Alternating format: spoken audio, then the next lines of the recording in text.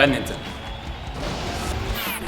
La troupe d'Étienne Couture pouvait difficilement faire mieux que ce qu'elle a accompli en 2015-2016. Les bannières féminines, masculines et mixtes ont toutes été remportées par le Rouge et Or, un exploit jamais réalisé auparavant dans l'histoire du RSEQ.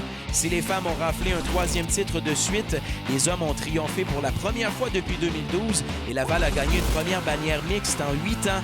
De plus, les champions de 4 des 5 catégories individuelles proviennent du programme lavallois qui a remporté pas moins de 60 % des médailles à l'enjeu.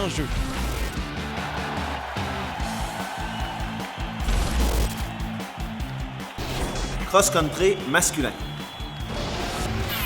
L'équipe masculine de cross-country Rouge et Or a consolidé cette année sa place parmi les meilleurs programmes au pays. Laval a d'abord survolé la compétition provinciale, remportant aisément le championnat du RSEQ en plaçant l'impressionnant total de 8 coureurs parmi le top 10, dont les 2 premiers. À la suite de ce 5e sacre consécutif, les protégés de Félix-Antoine Lapointe se sont mesurés une fois de plus avec brio à l'élite nationale, complétant le championnat de cycle présenté à Guelph en 3e place. Il s'agissait d'un 4e podium canadien de suite.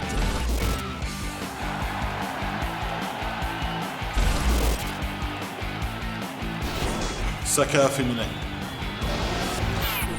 L'équipe féminine de soccer a connu une autre saison quasi parfaite en 2015-2016. Aucune défaite au Québec à l'automne, campagne qui a culminé par la conquête d'un 2e titre du RSEQ de suite.